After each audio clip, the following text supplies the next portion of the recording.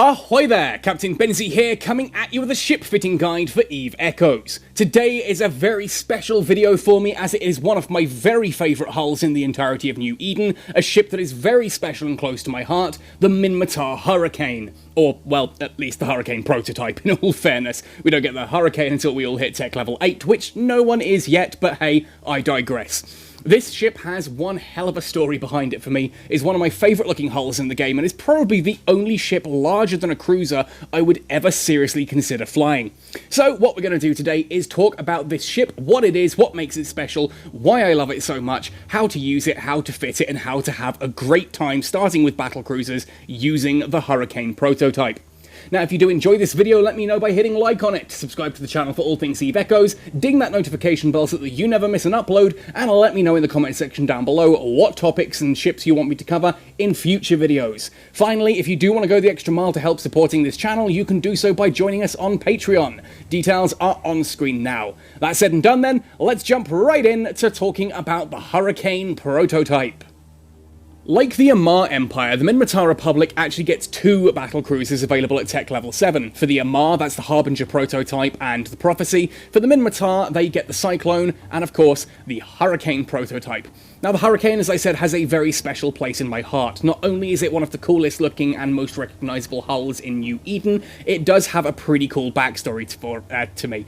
Now, for those of you who have heard this before, do feel free to skip ahead, but for those of you who haven't, the story basically goes that when I first started playing EVE Online back in, 2012, 2011?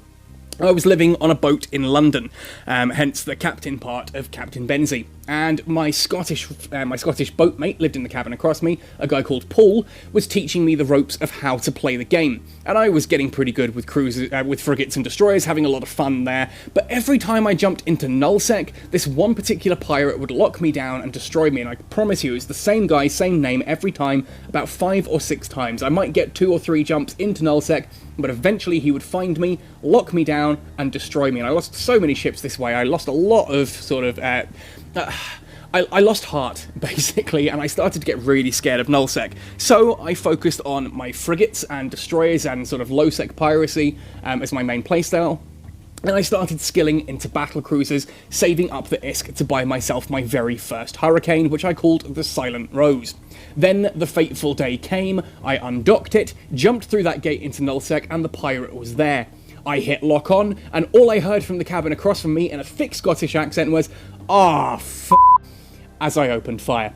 Yeah, it had been Paul who had been trolling me the entire time, but he taught me to be a better player, and since then I have always had a Hurricane called the Silent Rose on at least one of my characters, and that will be the case here in EVE Echoes as well. I have been training up an alt exclusively to use the Hurricane here. So, anyway, enough of the backstory of it, let's actually talk about the ship itself.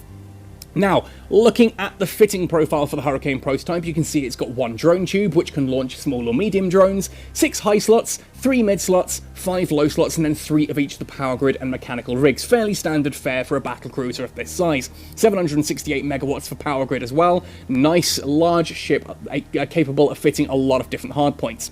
Defensively speaking, 19,853 is nothing to sniff at. Most of that is in shields at 6,260, but still a decent amount in armor, 5572, 4935 in structure. It's worth noting that whilst most people will shield tank these in Echoes, in EVE Online they are actually quite commonly armor tanked. Here there's not really much to worry about with that. Yeah, you've got the higher resistances. If you're going up against people who are using things like lasers, for example, then yeah, I would try to armor tank this thing. Fit armor repairers instead of shield boosters, and situations like that. It can be done. For the most part, though, in generic use, I would still stick with shield tanking this. As we go down a bit further, typical Minmatar ship, flight velocity of 200 meters per second is not bad at all for a battle cruiser. Battle cruisers are notoriously slow usually. This one actually has a decent pack of speed to it. Signature radius, though, of 202.3 means there is no way in hell you are going to be speed tanking this thing. When someone says, "Oh, you couldn't hit the broadside of the barn," the Hurricane prototype is the broadside of the barn. You're not going to miss this thing. Good scan resolution as well for a battle cruiser. 238 does mean it's slower to lock than obviously frigates and destroyers, but it's not as slow as you might anticipate. Looking into its trait descriptions, the Hurricane prototype also has a bunch of roll bonuses to medium cannons, optimal range and accuracy fall-off. This gives them a lot of additional range onto those weapons, whether you're running autocannons or strike cannons, and I will be showcasing builds with both of those later. Ultimately, you do get a decent whack of additional optimal range and accuracy fall-off in order to make those work just that little bit better, which is a really useful thing to know. It does also have a Command Burst module slot. Command Bursts are not in the game yet. In EVE Online, they're little modules that you can activate to give everyone near you a burst of either shield or armor hit points or some other effects. In EVE Echoes, we know they're on the way. The developer AMA recently mentioned them, but not anytime necessarily soon. We don't have a date for those yet. We know they're on the cards. When they'll arrive, who knows, and what they'll actually look like when they get here, again, who knows.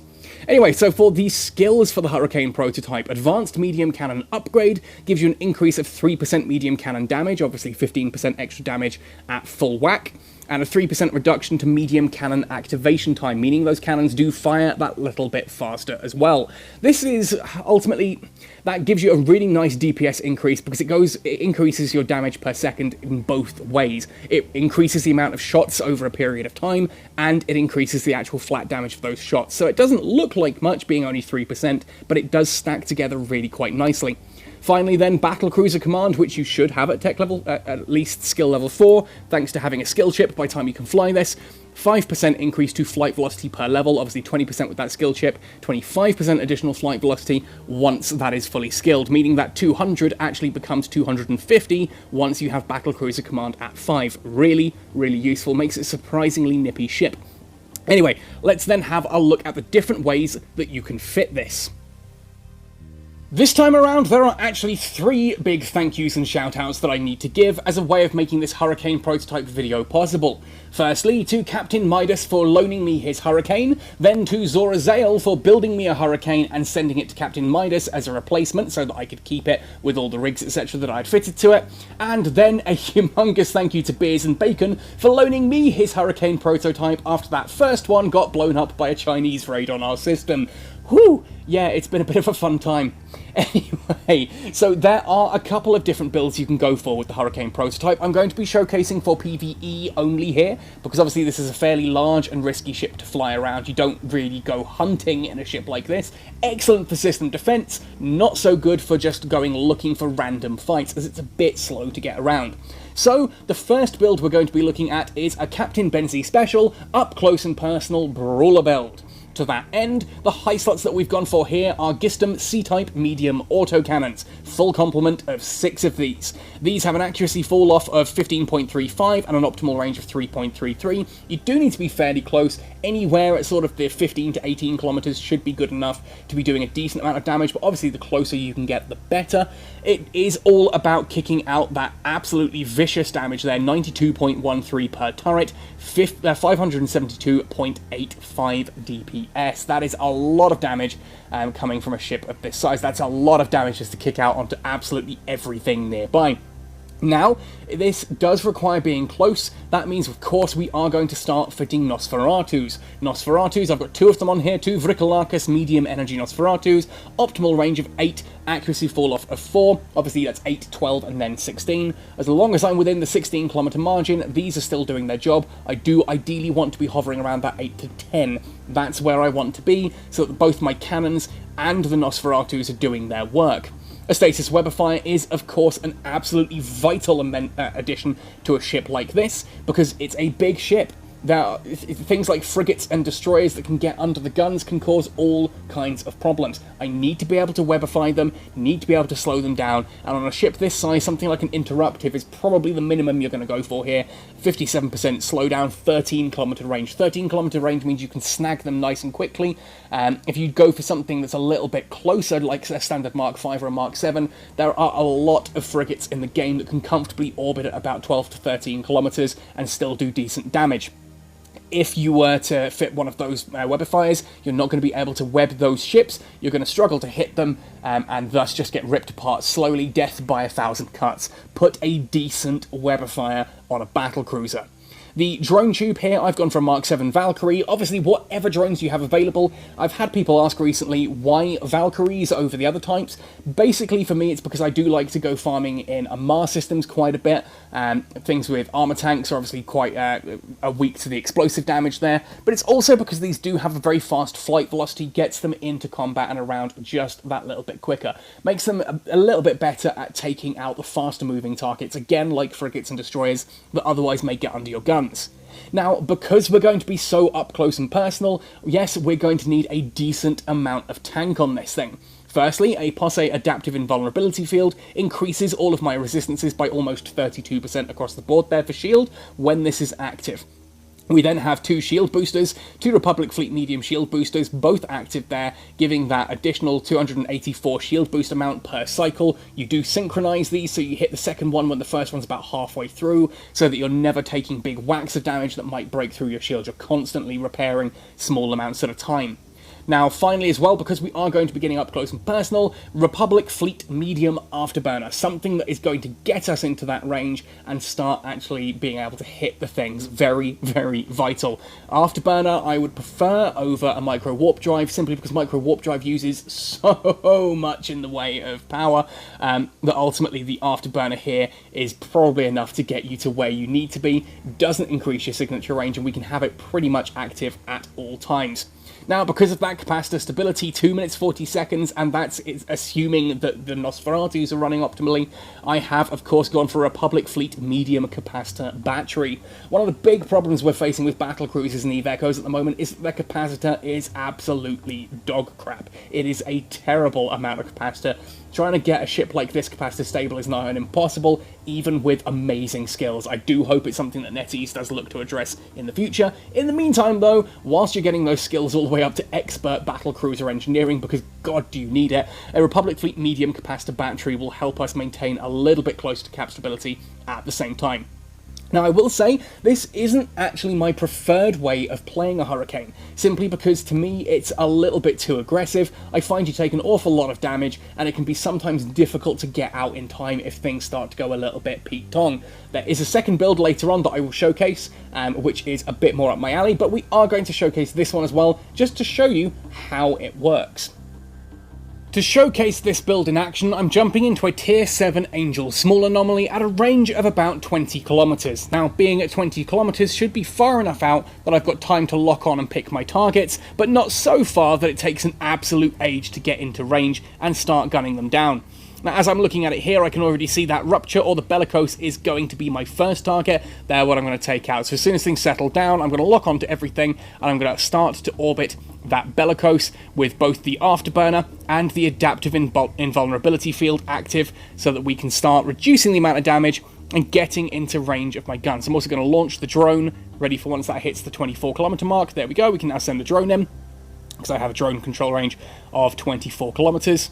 There we are, it's just taking a while for the game to catch up with what I want it to do. Add the Nosferatus on, start firing with the autocannons, and let's take that Bellicose down. You'll see, one of the things I don't like about this build is the amount of damage that it can take in a short period of time. So we can activate that first shield booster and put the second one on in a counter step there. The reason for that is that it's lots of little heals rather than a big one every few seconds. That fact ultimately just gives us the opportunity then. It means we don't, there's a shorter window between heals. You don't risk taking big amounts of damage that can suddenly go into your armor. It just helps us protect the armor tank that little bit better. Awesome, on to the Cyclone next, I think. We're going to move in on that one. And again, what is going on with the drone there? Not entirely sure why that drone's deciding that it just doesn't want to fight, doesn't want to play ball, but there we go. We've got both the Nosferatus running. I am going to activate the battery as well to give myself a bigger boost of capacitor, let my natural capacitor recharge in the background whilst we start hammering this Cyclone. You see, it does do a decent amount of damage, I won't lie. But I'm not saying I dislike the brawling build here because it doesn't do enough damage. It does, but when you look at the DPS screen, that does somewhat lie to you on the fitting. The DPS is purely theoretical, and that requires, ultimately, in the case of the DPS there it's showing, that is based on being at 3.33 kilometers, and as you can see, I'm just never going to be at that. So I'm always going to be slightly lower than the DPS it shows anyway, and any time spent reaching a somewhat optimal range against the target is also damage lost. So it does somewhat lie to you. And yes, I know that when we come to the strike cannon build in a moment as well, I'm still not sitting at optimal range, but the point is, so many people put such a heavy emphasis on the amount of damage that their ship can kick out. It's all very well and good that it can kick out damage, but damage should always be a secondary consideration to survivability. Make sure you can survive in your anomaly first, then worry about whether or not how quickly you can clear it. All damage changes is how quickly you can clear a situation. I would much rather survive the situation comfortably than clear it in sort of like, you know, with a tiny amount of hull left at the end. Simply because that then incurs repair costs, you know? It takes a bit of time there. Battery's off cooldown, so we're going to activate that again there. And you'll see now that we are within range of the of the hurricane here.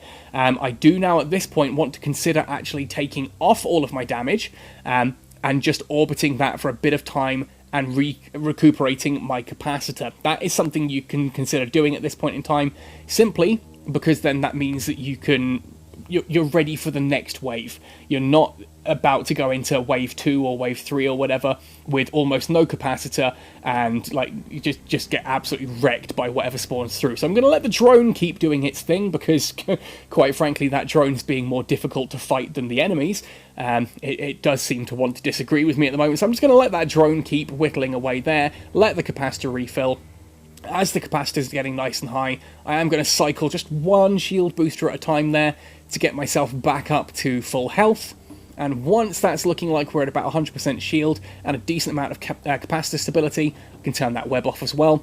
Then we're going to activate the autocannons, finish off this hurricane, and get ready for that next wave. We've got that nice little top up there, so I'm ready and sorted, nice high health, high capacitor, ready for wave 2 to spawn in just a moment. There goes wave 1. Here they come. What do we have? Oh, we've got some smaller, faster moving targets this time. So we're going to need to immediately, I think, activate one of those shield boosters. We're going to go on that Talwar first. We're going to start shooting at that with the drones, and with the autocannons, get rid of that Talwar quickly. Yes, it's got a web on it as well, because obviously, fast-moving destroyer. We want to be able to make sure that we're hitting it comfortably. As we can see, I'm taking a bit more damage than perhaps I'd like. Let's add on the battery there, add the second cycle of the shield booster. Keep me alive, and at least until we get that Talwar down as well. Always a problematic little thing. You can see it just doesn't take much in the way of damage, and that's because I'm only really scoring glancing hits against it because of how it's moving, how small its signature radius is, and how that all compares to the situation at hand. Now, what I'm also going to do here is actually orbit that hurricane, and while I'm orbiting the hurricane, I'm going to put both of my Nosferatus onto draining from it. That means ultimately, let's deactivate the guns. The reason for that is that I'm now using that kind of the same way I suppose that you use a drip or like a blood bag. It's something there for me to just feed off whilst I'm doing everything else. So I'm going to orbit that hurricane whilst killing everything else, because everything else is comfortably in range of that hurricane using my guns, sending the drone. Why is that drone being so difficult? Let's turn off the shield booster for a moment. I can probably turn off the Weber fire as well. I don't think I need to slow any of these ships down. We should be quite comfortable killing those. There we are. Next on the list, let's get rid of that rupture. Yeah, not taking much in the way of damage here. I'm quite happy to feed off that hurricane, stay at an optimal range there that allows me to drain it with the Nosferatus, whilst still being able to shoot at the rupture and the cyclone there in the distance. Any loot that I can be grabbing whilst I'm orbiting, yeah, a couple of small bits and pieces here that I'm in range of. Let's just grab those quickly before I go out of range. No, I hate it when I do that. Too far away from the cargo, auto-approaching. I don't want to auto-approach the cargo. That suddenly changes my flight velocity, which is going to result in me taking additional hits. And I don't need to. It's me getting greedy. It's just me getting greedy. But there we are. I think that showcases quite nicely that, yes, the Hurricane with full autos can do this kind of combat as well. It's not my personal playstyle, but it is still effective. It does work. I'm not going to lie about that. It does work. This second build is much more my own personal playstyle. I'm going to be leaning into that roll bonus of 25% optimal range and 25% accuracy fall-off and fit strike cannons. Now, due to the nature of strike cannons, these pretty much dictate the rest of the fit for us. If we look at them, optimal range 34.56, accuracy fall-off of 33.06. That's with the computers fitted, as we'll discuss in a moment. That is absolutely filth range. That is an insane amount of range that we can fire at. Effective at about 35 kilometers, dropping to about 50% by the time we hit about 66 kilometers, and going all the way up to 99 kilometers. That is an insane amount of range out of these kind of guns, and you can activate those computers later to actually push this over 100 kilometers range, which, quite frankly, I think you'll agree is absolutely disgusting. Now, there are some downsides to this. First of all, that tracking speed of 15.44 means that anything that's basically at optimal range or closer, you're going to struggle to hit, and you've got a power grid requirement here of 118 megawatts. That's insane. As you can see from the power grid line here, that really has eaten up our entire power grid. So let's have a look at the rest of the fit and how we accommodate this. Now, the mid slots, because again that tracking speed is so absolutely ridiculous, interruptive stasis weather fires are vitally important here. I need to be able to web anything that gets remotely close, otherwise I'm just never going to be able to hit it. Anything with a remotely speedy angular velocity is going to be nigh on impossible for those strike cannons to hit, so I need to be able to slow it right the hell down, send in the drone and rip it apart at close range that way. Now, along that line of thinking as well, the tracking computers are vital here. Not only do they give you an optimal range bonus and a fall-off bonus, but they also give a bonus to your tracking speed, 11.24% each, for having this just fitted to the ship. And you can activate it to increase all those bonuses by 500%. That means if something does happen to get really close, you can whack on both of those tracking computers, activate your webs, send in the drone, and hopefully your turrets will then be able to hit it. It's not a great situation to be in. You do want to snipe the fast-moving stuff before it gets even remotely close to you.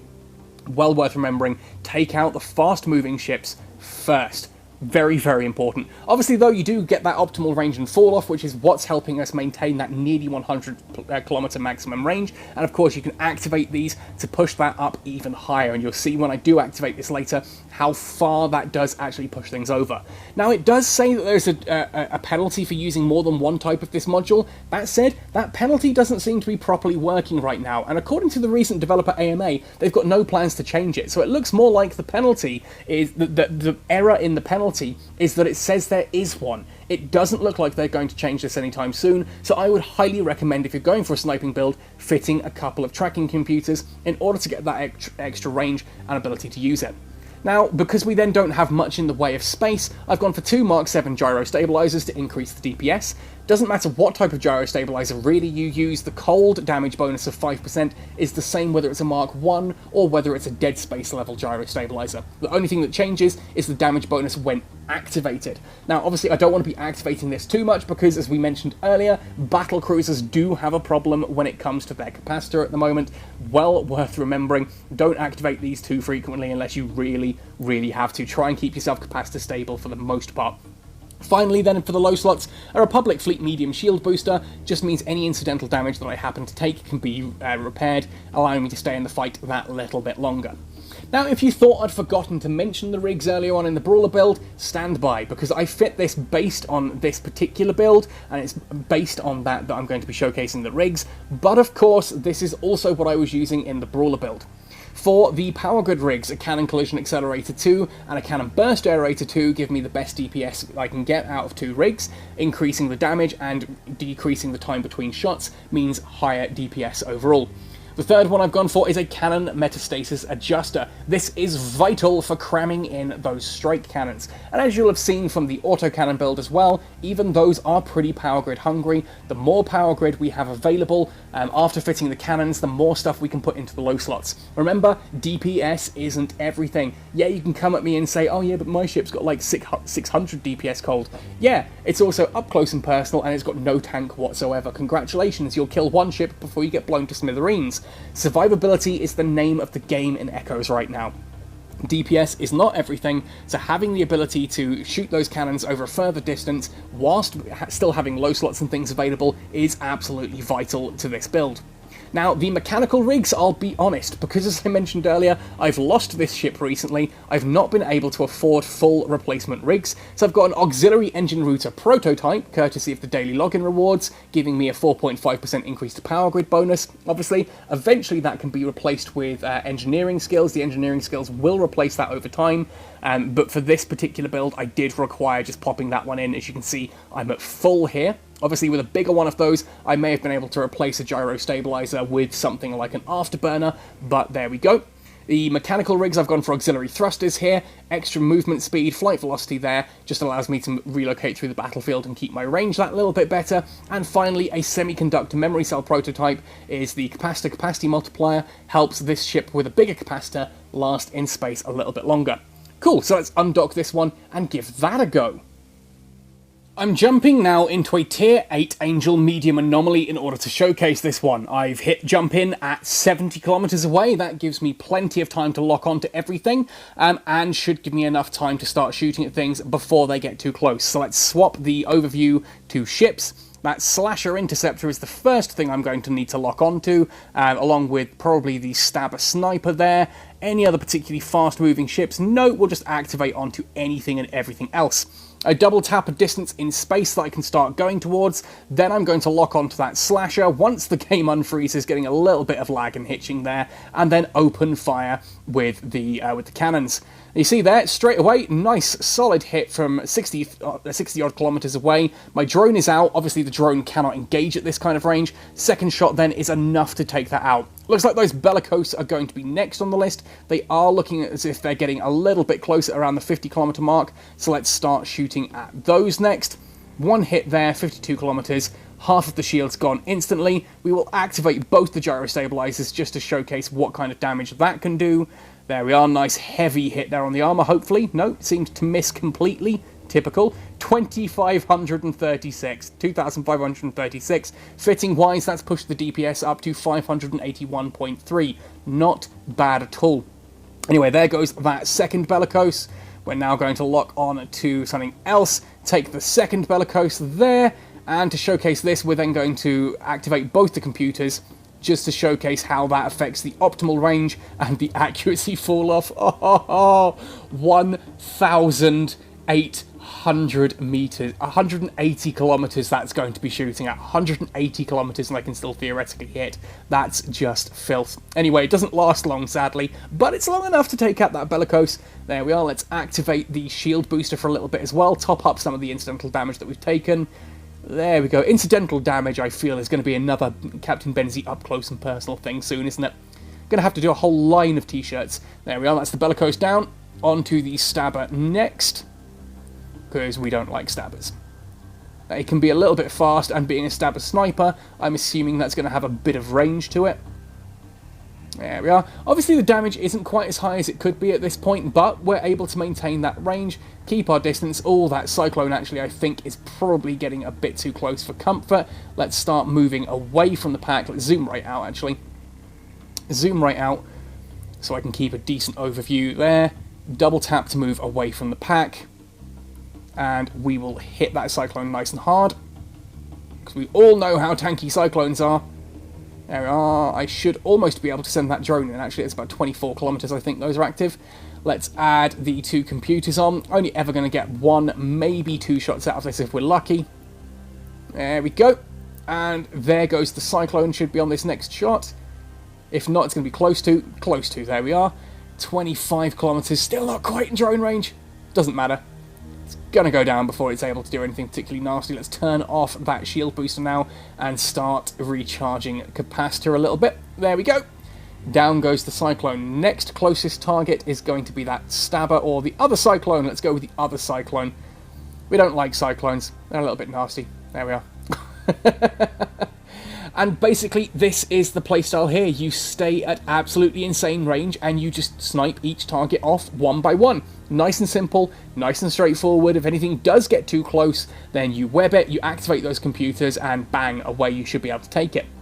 That said, it is vital that you keep an eye on your ship listing there and know which ones are the fast-moving frigates, which things are going to get close. Like you saw there, I did let that Cyclone get a little bit too close for comfort. I wasn't expecting that to be quite as fast-moving as it ended up being, so that's a lesson learned for next time. We now know that that Cyclone is going to be a little bit faster moving, and thus we can just keep that at range and work out that that's what target we're going to need to be able to take out. And you see, actually, again, that whole capacitor stability thing of, what, 2 minutes 40? My capacitor's nice and recharging now because I'm not having everything active. Remember, capacitor stability is based on every single module being active, and since almost nothing is, I basically have my cannons active for the most part. I can just activate and choose what I need to as I need to. So for example here, once these cannons get around to a full cycle, what I'm going to do then is activate everything just to see what happens if we do one big punch onto that stabber there. Oh, that was a nice big hit. 2033. Can we get a second one in? Yes, we can before the computers go. 2021. The computers are now over, but we've still got the gyro stabilizers active, and we can still punch them. You see, that's a nice lengthy shot, 58 kilometers. Nothing else is particularly close. I'm still happy on my capacitor. I can activate the shield booster just to top up a little bit. 62% capacitor. Let's get the shield back up to 100%, just because I like having 100% shield. 93. And then we can just drift. Just drift and let that capacitor refill up to a nice high point, preferably before the next wave comes. You don't want to be sitting there at low capacitor before the next wave hits. So if needs be, leave a last ship alive, pull to range, let everything reset, finish that ship off, and be ready for the next wave. You can stall on one final ship. I like to keep one ship alive at the end of a wave if I'm like a little bit worried about what's coming in the next one, and you can see it's something you can do nice and easily. So tier 8 anomaly, tier 8 medium anomaly, taking almost no damage at all. Slow, yes, not the fastest way of doing it, but it's a nice secure way of doing it. And you're flying a Hurricane, which means you just look like a badass while you're doing it at the same time. If you find that, like now, you are getting a bit too far away, obviously I can double tap and move a little bit closer to see if my guns start doing a little bit more damage there as well. As obviously the closer I get to sort of the 60 kilometers, the closer I am to 50% effectiveness. I can get right the way up to 30 kilometers, but I would expect to be taking a lot more damage, and survivability is the name of the game right now. And there we have it, pretty much everything that I think you need to know about getting started with the Hurricane prototype. We've had a look at a couple of different builds for it, about what its ship stats mean, and I've even got to tell the story of why I love the Hurricane so much at the beginning of this yet again. Now, of course, this is just my opinion, and I genuinely do adore this ship. I know some of you folks have said in the comments below, is there a ship that Benzie doesn't adore? Yes, there are many in the game that I'm not a particular fan of. The Imicus, for one. But the Hurricane, genuinely, this is the only ship larger than a cruiser I would ever consider flying. I love this ship. It's a gorgeous looking ship. It's very versatile. It's a decent enough movement speed for a ship of its size. I don't think you can go wrong with a Hurricane. If you like your cannons, you can do so many different things with this ship. It's excellent in fleet PvP. It's excellent in solo PvE, and it's excellent in fleet PvE as well. Take one of these into a dead space with those strike cannons and just have a great fun time blowing everything up. Obviously, do it with some friends, because there's some very nasty small ships in those things as well. But there we go. Hopefully this has inspired you to perhaps give the Hurricane a try if it's one that had slipped under your radar, or if, like me, you're a bit of a Hurricane fanatic, maybe this is, just giving you some ideas of how you might like to fit or play this ship. It is a great little ship, and honestly, I cannot sing its praises highly enough. Anyway, folks, let me know your thoughts and opinions down in the comment section below. If you're flying a Hurricane, let me know. Show me some screenshots on Twitter. This is an absolutely beautiful ship as far as I'm concerned. I am never going to get tired of awesome looking Hurricane screenshots, so please do send those to me. Anyway, folks, thanks for watching right the way to the end. Happy sailing, and see you in New Eden.